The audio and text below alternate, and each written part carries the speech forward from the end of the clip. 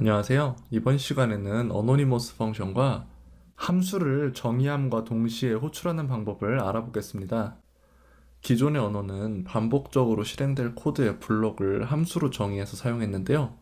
하지만 자바스크립트는 함수의 블록을 통해 변수의 스코프가 제어가 되고 또 인자로서 함수를 사용하는 경우도 많습니다. 때문에 반복적으로 실행될 코드가 아니라 일회성으로 사용될 코드의 블록을 함수로 정의하는 경우가 많고, 이를 효율적으로 지원하기 위해 익명함수, 즉 어너니머스 펑션이나 함수 정의와 동시에 호출할 수 있는 문법들이 존재합니다. 제가 script.js 파일을 로드하는 HTML 문서를 만들어 두었는데요. 브라우저에 HTML 파일을 로드하면 1에서 100까지의 합인 5052이 로드되는 프로그램이 script.js 파일에 작성되어 있습니다. 자, script.js 파일에 이 상단에 코드가 있고 하단에 또 코드가 있는데요. 제가 이 코드의 중간에서 1에서 5의 값을 출력하고 싶다고 해보죠.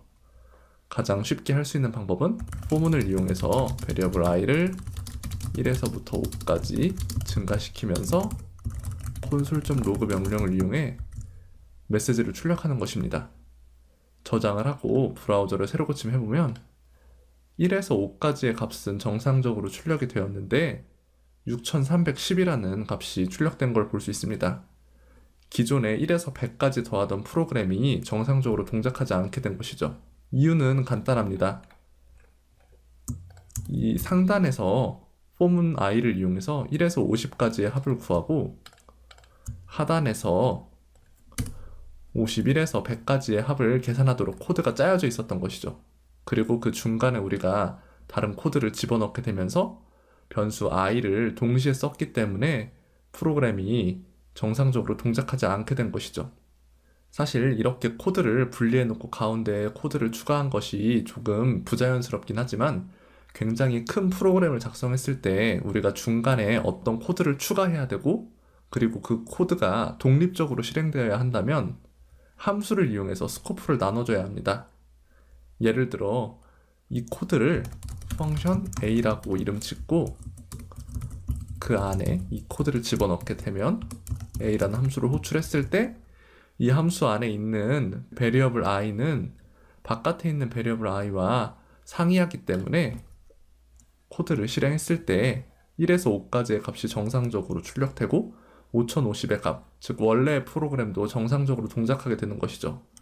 이런 식으로 변수의 스코프를 분리하기 위해서 함수를 사용하는 경우가 있는데요.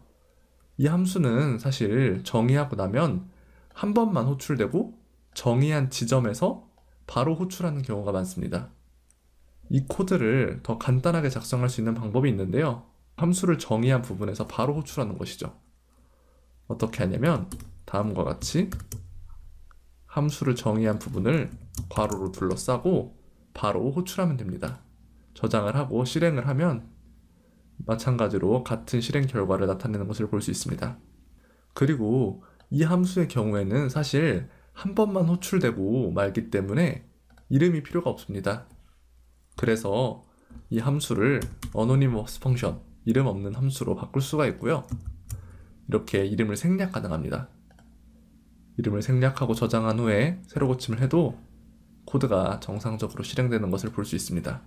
다른 언어를 배우셨던 분이라면 이런 문법이 약간 어색하거나 복잡해 보일 수 있는데, 익숙해지고 나면 굉장히 편하게 활용할 수 있으니 꼭 알아두세요. 어노니머스 펑션은 인자로 함수를 넘길 때에도 유용한데요. 예를 들어 setTime 함수를 생각해보죠. setTimeout 함수는 인자 두 개를 받는데, 첫 번째 인자가 바로 일정 시간이 지났을 때 호출될 콜백 함수고, 두 번째가 시간을 미리세컨드 단위로 받았죠. 이를 위해서 함수를 꼭 function callback과 같이 정의하고 안에 코드를 작성해야만 했습니다.